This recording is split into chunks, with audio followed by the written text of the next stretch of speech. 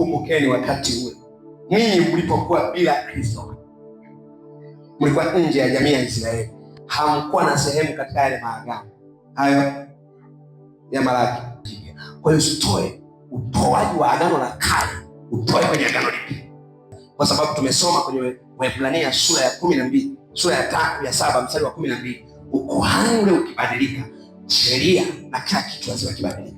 Sasa haiwezi kama umebadilika ukuhani alafu utoaji bado uko vile vile. Hapana, wewe ukatoa matoleo ya agano la kale kwenye agano jipya. Kwa hiyo tumeshapata picha ya kwamba kwa hiyo kumbe kutoa kwenye hiyo Malaki 3, wanaoambiwa wanatakiwa wafanye hivyo ni Waisraeli. Cha pili ni makuhani ambao ni wadhalimu. Unasikia? Sio tu makuhani usishia hapo, ni makuhani wadhalimu. Wana hadhi hiyo lakini ni wadhalimu. Sasa wanatoa, kwa nini ni wadhalimu? Wanatoa vilema, wanatoa wagonjwa na vipofu. Sasa sio kwa picha, kwa kipindi kile inaonyeshwa kwa picha ya nje ya mnyama, lakini kwa leo ilikuwa ni ishara ya mawazo yoyote yale ambayo hayakuamini Kristo. Ibrahim alitoa kwa upendo bila kuambiwa na mtu kwa kiasi alichotoa. Na niliwahi maybe kwenye nchi ya ahadi tulizungumza, na pengine mwaka huu tutazungumza, tutachimba kidogo mbali ndani, kwamba ule utoaji wa Ibrahim ulikuwa ni utoaji wa ufahamu aliokuwa nao. Ufahamu ndio, kwa sababu alitoa sehemu ya aliyetoa tayari kila kitu kwa ajili yake, kama kile ambacho amezungumza Dennis hapo kwamba Walawi hawakutakiwa kuwa na urithi kwa sababu vyote vilikuwa vya kwao. Kwa hiyo Mungu kweli kashatoa kila kitu kwetu. Kwa hiyo kile ambacho kinapita kutoka, ndio maana huwa anasema toi kutoka mifukoni, tunatoa kutoka mioyoni. Maana yake ule ufahamu tulionao ndio unaoruhusu kutoa hichi kingi kisicho kuna idadi. Kwa hiyo fahamu zetu ndio zinapitisha ambacho kinapita kwenye ufahamu ili kitolewe kwenye kitu ambacho ni kitu. Sasa hii kutoa ni ufahamu. Cha kwanza unafahamu watu ambao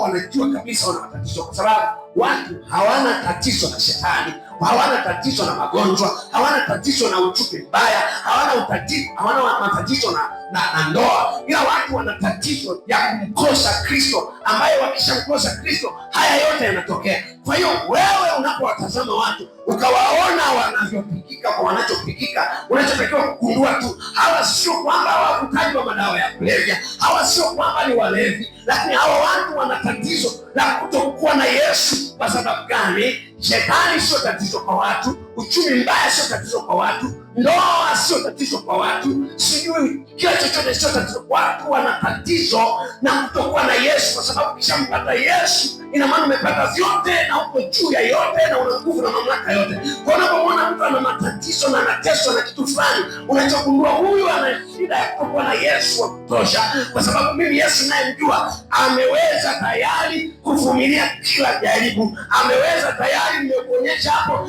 alijaribiwa lakini hakutenda dhambi, alijaribiwa lakini hakufanya jambo baya. Kwa hiyo nina Yesu ambaye hawezi akafanya baya kwa jaribu lolote, kwa pingamizi lolote na kwa hali yoyote. Kwa hiyo watu wanapokuwa kwenye aina hiyo ya matatizo hayo niliyotaja, ni kwa sababu hawana Yesu. Kwa hiyo ukiwapa watu Yesu ambaye hawezi kufili hali hiyo ya matatizo, ina maana umewaokoa, nao umetoka katika hali. Kwa tukiishi katika hali hiyo ya kujitoa ni raha sana. Sasa hii ya Malaki waliokuwa wanazungumzishwa hapa, cha kwanza tumeona ni Wayahudi, cha pili si tu Wayahudi lakini ni makuhani wadhalimu. Haya, twende kwenye sura ya 3 sasa tukahitimishe swali hilo limetimia vizuri kwenye jibu. Sura ya 3 anza tumsali wa kwanza. Angalieni na mchumba vipi wao. Sasa Mungu baada ya kwa hawa wameshakuwa Wayahudi wa Israeli, lakini ni makuhani, ni wadhalimu. Ile dhabihu waliotakiwa kuitoa ifae ikiwa ina loketi au kumwonyesha Kristo ambaye atakiwa haisiwe na maua, isiwe na kilema, awe dume wa mwaka mmoja ambaye hajaanza kupandwa. Lakini sasa hivi wanatoa vilema, vipofu na hata wengine wamepandwa. Kwa hiyo kwa nini awe hajapandwa? Kwa sababu Yesu hatapanda. Unanielewa ninachosema? Yesu hatapanda. Kwa nini asiwe kilema? Yesu hana upungufu wote wa kiwazo na Mungu. hana dosari yoyote. Kwa hiyo yule mnyama alikuwa anamreflect Kristo straight. Sasa wao wameanza kutoa ana dosari haya. Kwa hiyo ina maana wanamuonyesha Kristo ni kilema, Kristo ni kipofu, Kristo anapanda, Kristo ana so and so. Sasa ndio maana anasema ni makuhani wadhalimu, kwa sababu Kristo sio wa hivyo ambavyo nyinyi sasa mnamloketi kupitia mnachokitoa kufikia sasa. Sasa endelea. Sasa anza tu ya kwanza tena. Kwa hiyo sasa namtuma mjumbe wangu haraka, anatengeneza njia mbele yangu. Sasa huyo Bwana ambaye ni Yesu Kristo, ambaye ndo mfano wa hiyo sadaka, alikuwa nyuma ya hicho. Sasa anakuja kwa sababu nyinyi mmeanza kumtapleti vibaya. Kwa hiyo sasa anakuja yule mjumbe wa agano mnayemfurahia, anakuja asema Bwana wa majeshi. Angalie, anakuja anasema. Kumbuka sasa hichi kitabu cha Malaki, ndo baada ya hapo ndo anakuja Yohana, na Yohana anasema tazameni mwana kondoo wa Mungu, ndo huyo aichukue dhambi yangu. Ni nani anayestahili siku ya kuja kwake? Nani atakayestahili atakapotambulishwa? Ndo huyu. Au ni nani atakayesimama atakapoonekana yeye? Atakapojidhihirisha yeye, nani atakayesimama? Maana yeye ni mfano wa moto wa mtu asafishaye fedha. Yuko mfano wa moto wa mtu asafishaye fedha. Sasa angalia, kwa hiyo mawazo yako yaliyosafishika kupitia yeye ndiyo yanayotoa. Kwa hiyo hata utoaji wetu tunaupima kwa njia hiyo. Kwa hiyo unamwona Yesu alijitoa wote, hakujitoa nusu. Kwa hiyo utoaji wa Yesu ambao ametoa kila kitu, je, unapitishwa kwa kiasi gani kwenye mawazo yetu kwa ambacho ninacho? Endelea. Mfano wa sabuni ya mtu afuaye nguo. Ni mfano wa sabuni ya mtu afuaye nguo. Asafishaye fedha na kuitakasa. Ataketi katika nafasi ya mtu asafishaye fedha na kuitakasa. Naye atawatakasa wana wa Lawi. Naye atawatakasa wana wa Lawi. Wasafisha kama dhahabu ya fedha. Unasikia hawa Walawi ambao wameshasema wamefanya mambo ya kipumbavu, ndo makuhani wadhalimu, atawasafisha. Wana maana ni wachafu, ndo maana wanatoa dhabihu za namna hiyo. Atawasafisha. Nao watamtolea Bwana dhabihu katika haki. Watamtolea Bwana katika haki. Dhabihu katika haki. Dhabihu katika nini? Haki. Katika nini? Haki. Kwa moyo mtu amini atakupata nini? Haki. Okay, kwa hiyo watamtolea dhabihu katika haki. Wakati ule ndipo dhabihu za Yuda na Yerusalemu zitakapopendeza mbele za Bwana. Sikia, wakati ule ndipo dhabihu za Yuda na Yerusalemu zitakapopendeza mbele ya Bwana. Hapa haongelei kabisa watu wa mataifa. Endelea.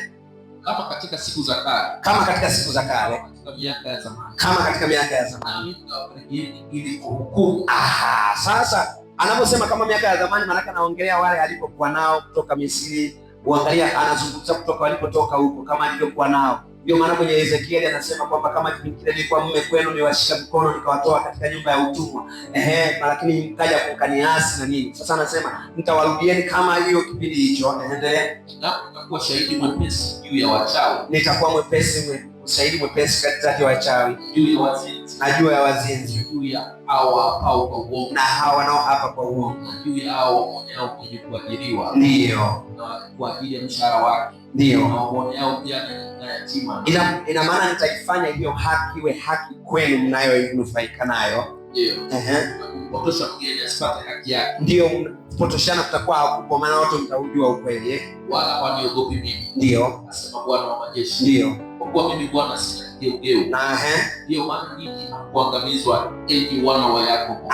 Enyi wana wa Yakobo. Kwa hiyo hapa serious anaongea na hawa, na nataka ujue kwamba hajatoka. Wewe usijachanganya akili, anaongea na wana wa Yakobo. Kama tu kwenye ile Yakobo anasema kwamba huu ni waraka wa Yakobo kwa kabila 12 za wana wa Israeli. Kwa hiyo lazima tuwe makini. Na hali anapoandika kwa ajili ya kanisa ndio ujue ni kwa ajili ya kila mwamini. Kwa hiyo hayo mambo ya muhimu kwenye Biblia ndio yanaleta mchanganyiko huu tunaoona. Kwa sababu watu hawaangalii huo muktadha, nani anazungumza na nani, kuhusu kitu gani na kwa wakati gani. Hapo ni mafundisho, hapo ni maagizo na matatizo ya terminology. Endelea.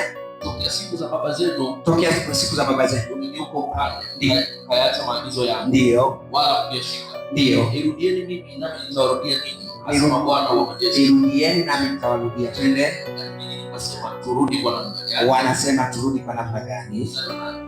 Je, mwanadamu atamwibia Mungu? Je, mwanadamu atamwibia Mungu? Matatizo yanaanza. Kwanza anazungumza. Ameshatoa hiyo. Kwanza, kwa hiyo usiweke hiyo possibility ya kwamba anaweza. Hilo ni swali. Anasema je, mwanadamu ataweza? Okay, kwa sababu gani unakumbuka? Kwa sababu unachoiba ni chake, unapoiba ni pake, unayemwibia ni wake, wewe uliyeiba ni wake, na unapopeleka ni pake, na utakapoweka ni pake. Sasa unakuwa umeiba wapi, utapeleka wapi? Kwa hiyo anajaribu kumfikirisha mtu kwamba je, mwanadamu anaweza? Kwa mtu anajaribu kufikiri hilo linawezekana, ni mpumbavu tu peke yake. Okay, anaweza kumwibia, lakini unaniibia mimi. Nyinyi sasa mnaniibia wapi? Lakini nyinyi mnasema mmeniibia kwa namna gani? Kumbuke sasa nimetoa maelekezo kwamba matoleo yote yapeleke kwa nani? That time nani anatakiwa apewe? Nimesema asipate urithi huyu. Kwa hiyo wote mpeleke kwake. Kwa hiyo huyo anasimama kwa niaba kwa vyote, kwa sababu yeye hana urithi. Kwa hiyo vyote nyinyi wengine mnafanya, nimewambia mpeleke hapo. Kwa hiyo kulikuwa kuna ghala ya Yerusalemu ambapo watu wote walipeleka pale, walitumia hao Walawi na watu wasiojiweza na wajane pale kwa matumizi ya Mungu. Kwa hiyo watu walivyoenda hekaluni walisema tunaenda kwa Mungu, ina njaa, wakupe kule chakula. Mmeniibia zaka na dhabihu. Zaka na dhabihu ndio mmeniibia. Zaka na dhabihu. Zaka ndio inatafsiriwa ni fungu la 10. Sasa ukumbuke fungu la 10 ni kitu cha hiari ambacho katoa nani? Ibrahimu, bila kusukumwa na yeyote, bila kuandikwa mahali kama amri ya kuzingatiwa. Alafu dhabihu imetolewa Mwanzo sura ya 3. Baada ya mtu kuanguka, Mungu ndiye alimchinja yule mnyama na akatoa maelezo watu wote wao wanachinja yule mnyama. Yule mnyama atakuwa anatangaza mauti ya Yesu msalabani hata ajabu. Kwa hiyo huyu mnyama ndio dhabihu, na huyu dhabihu ndio alikuwa ametolewa maelezo kwamba anatakiwa asiwe kilema, asiwe kipofu, asiwe ameanza kupanda, awe ni dume wa mwaka mmoja. Kwa hiyo mnaiba hapa, hamtoi mlivyokusudia mioyoni mwenu. Mambo yenu mengine yanakuja hata baada ya kuwa mmeamua mtoe mlichoamua, na mnaweza kubadilisha tu mtazamo wenu wakati nyumbani mmetoa. Kama mimi nilivyosema, tumepanga na mke wangu tunaenda kufanya hivi. Kwa hiyo anafika hapo baadaye, yeye anaenda hapa anaichange hapo, kama ilikuwa 10,000 anaichange za baba, hapa 5,000 ngoja mimi nitafanyia kitu kingine. Hapo tayari amebeba kilema, analeta hapo kipofu, sio hajatoa, ametoa lakini ni kilema, kwa sababu sio nia ya kwanza ile kusudia kufanya hiyo. Hata utoe shilingi 100 au shilingi 10 au usitoe kabisa, lakini moyo wako ukawa kwamba Baba, ninawiwa kufanya hivi, huwa umetoa, sio kilema. Na hujatoa hata shilingi 10. Unaweza kutoa milioni 10 lakini kilema, kwa sababu tu ni ziada. Hii haina shida. Halo, ndio huyu mama ametoa zaidi kuliko wote, kwa sababu wengi wametoa kutokana na ziada, lakini huyu ametoa hata alichohitaji kula kwa siku. Sasa hiyo ikaruhusu watu wakasema, jilipue, toa kila kitu. Na ukitoa kila kitu, kwa sababu mtu amekwambia toa inakuuma, unajilipua, unatoa kilema, unatoa kitu, kwa sababu lazima iwe imetokana na idhini na idhaa yako kwamba nimependa kwenye moyo wangu mimi kufanya hichi. Hiyo sasa ndio sadaka bora kabisa yenye kukubalika, ambayo ndio inayohitajika. Ni moyo wangu ulivyojisikia.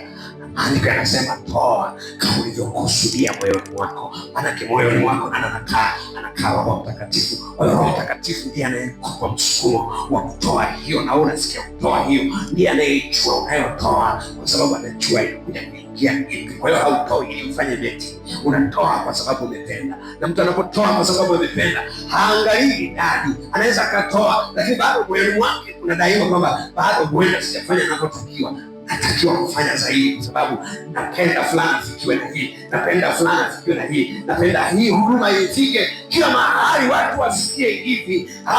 huduma iwe Arusha, iwe kule, iwe hapa Mwanza, isafae kila mahali, uwe kata kwenye eneo unakala kunatoka mbali, tamani nataka na mimi iwepo kule kabisa, Buhongo nakotoka National Assembly na huku iwepo, ili punguza safari watu wa huku nao wapate. Hicho ndicho matamanio yangu, nataka kila mahali watu wawe na msaada wa kusikia ukweli ambao pekee utawafanya wawe huru.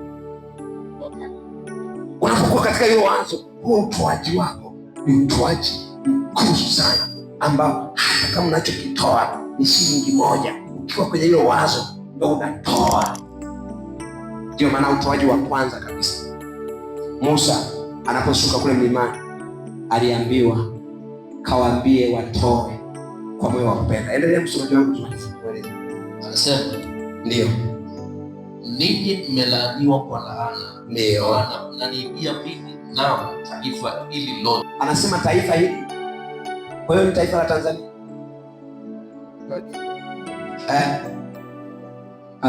Ameshasema pale wana wa Yakobo. Kwa taifa hili lote la wana wa Yakobo ndio wanafanyaje? Wananiibia, kwa sababu ndio walikuwa wamepewa agizo hilo. Wewe mataifa hapa haupo.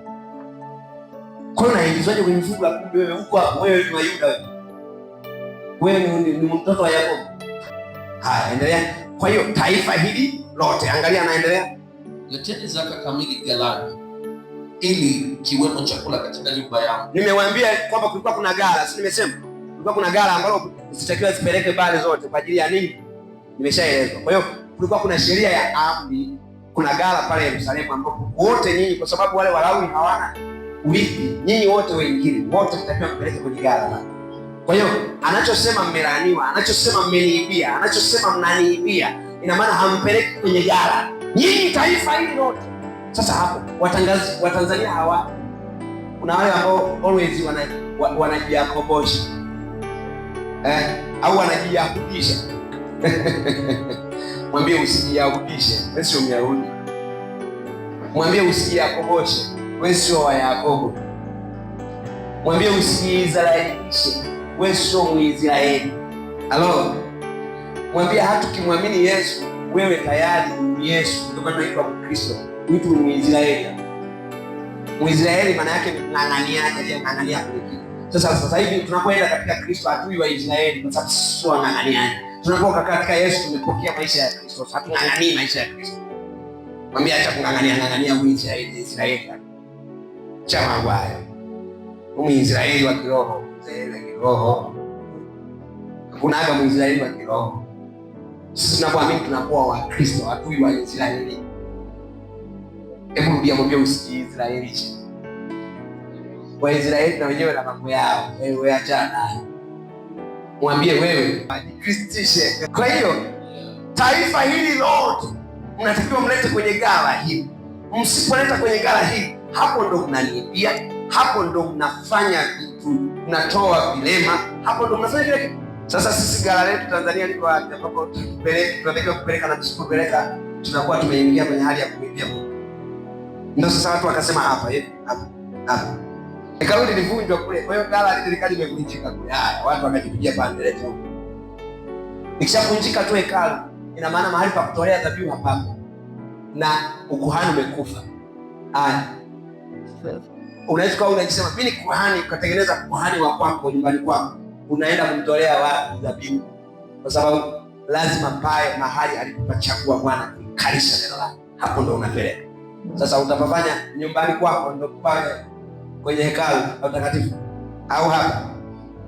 Malizia. Taifa hili lote nasema leteni zaka kamili ghalani. Leteni zaka kamili ghalani, ili kiwepo chakula cha nyumba yangu. Kiwepo chakula kwenye nyumba yangu. Jaribu kwa njia hiyo, mkanijaribu kwa njia hiyo, asema Bwana wa majeshi. Asema Bwana wa majeshi. Mjue kama sitawafungulia madirisha ya mbinguni. Mjue kama sitawafungulia madirisha ya mbinguni. Na kuwamwagieni baraka ambazo ndio ndani ya Kristo tumezipata, tumebarikiwa kwa baraka zote. Kwa hiyo tule ndani ya Kristo tayari tuna zote. Hata isiwepo nafasi ya kutosha. Hata isiwepo nafasi ya kutosha. Endelea. Nami kwa ajili yenu nitamkemea yeye alaye Nitamkemea alaye, wala hataharibu mazao ya ardhi yenu. Hata haribu kila kitu, kwa sababu mtu yote aliyemwamini Yesu cha kwake hakiharibiwi mpaka sasa hivi ninavyozungumza. Wala mzabibu wenu hautapukutika. Ndio. Matunda yake kabla ya wakati wake, kabla ya mashamba. Ndio. Ndio. Sifa Bwana wa majeshi. Ndio. Mataifa yote watawaita. Sikia hiyo hapo. Na mataifa yote, wakiwepo wa Tanzania, wakiwepo wa Marekani, wakiwepo wa Uganda, wakiwepo wa Kenya, wakienda wa Burundi, wakiwepo wa Malawi, wakiwepo mataifa mengine yote watawaita nyinyi. Kwa hiyo nyinyi ni taifa gani ambao mataifa yote mkifanya hivyo mataifa yote watawaiteni hivi? Wewe taifa lako lilikuwa wapi hapa? Kwa nini ujiingize kwenye hilo taifa ambalo likifanya hivyo mataifa mengine ambayo likiwepo hata taifa la Tanzania tutafanya hivyo? Ina maana wewe umeshakataa kile taifa lako, umeshaji-Israelisha, umeshaji-Yakobosha, umeshaji-Yahudisha. Mwambie jirani yako jikristishe. Jimojazwe na Kristo. Yes. Umeona? Kwa hiyo hapa unaweza kuona kabisa kwamba kama unatoleshwa fungu la 10 kwa mujibu ya Walawi, kwanza umelaaniwa. Kwa sababu hiyo kelele anayowasema wafanye hivyo, alikuwa na dili na makuhani wa nini? Wadhalimu. Kwa hiyo ina maana unapotoleshwa fungu la 10 kwa mujibu wa Malaki, cha kwanza wewe ni kuhani unapotozeshwa fungu la 10 kwa mujibu wa Malaki 3, wewe ni kuhani uliye dhalimu. Halafu wewe ni Mwisraeli. Halafu anasema mataifa mengine watakuona heri. Sasa mataifa mengine ina maana watawaona Waisraeli heri wakitoa hii. Sasa swali langu, wewe uliingia lini kwa Waisraeli? Najua na muda umeenda, basi tutakuwa mstari wangu wa mwisho hapa. Kwenye Waefeso sura ya 2 mstari wa kuanzia 11. Tuone watu wa mataifa mengine walikuwa wapi. Nasoma kwenye Biblia Habari Njema. Mtu aliye na Biblia Habari Njema. Kwenye Biblia ya kawaida ni sawa, imesema lakini imefunika baadhi ya vitu. Nataka kusoma kwenye Biblia Habari Njema, imeeleza yenyewe vizuri. Inasema ninyi mlio kwa asili watu wa mataifa mengine, ina maana Waganda, wa Marekani, wa Kenya na watu wengine. Ninyi ambao mlio kwa asili watu wa mataifa mengine ambao sio Wayahudi, naoitwa wasiotahiriwa, na Wayahudi ambao huwaita ninyi au hujiita wao waliotahiriwa kwa sababu ya kile wanachokifanyia miili yao. 12.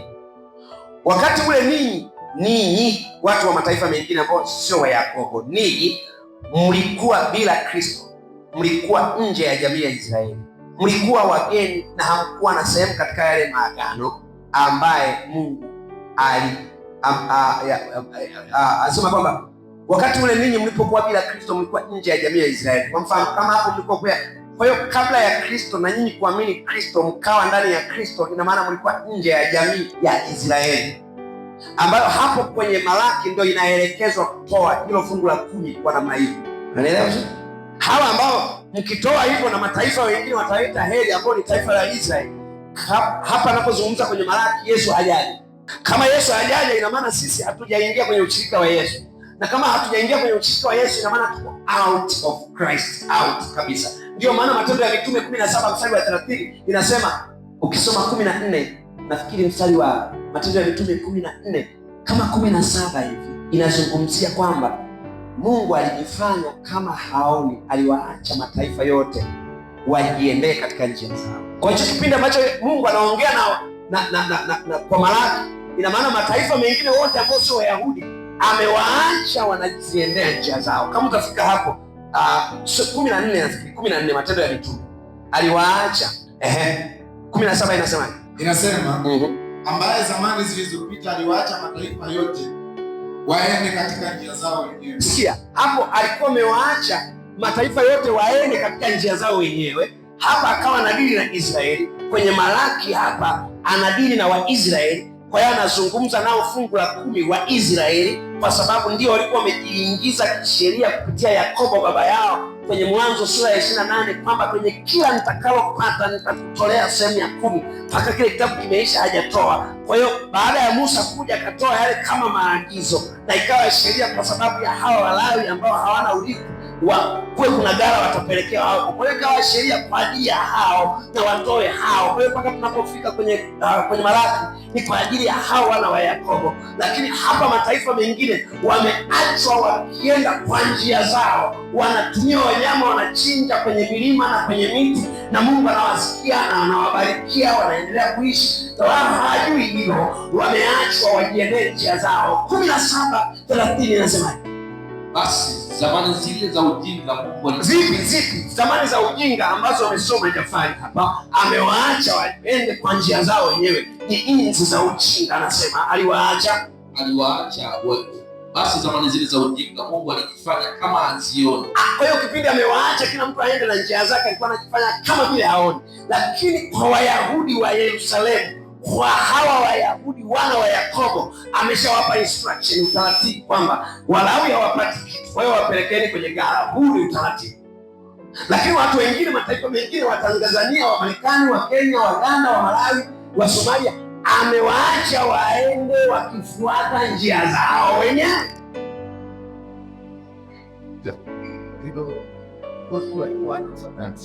Njia zao. Lakini sasa bali sasa na watu wote wa kila mahali watubu. Sasa muda huu umefika sasa, wa kila mahali watubu, maanake wageuze fikra zao kwa Kristo, kwa sababu yupo. Na sasa hii ndo anatusomea, anasema hivi kwenye baada ya Yesu sasa kuwepo na watu wote kutaka watubu, kwa maana wageuze mitazamo yao hiyo ya kujiendea walivyotaka.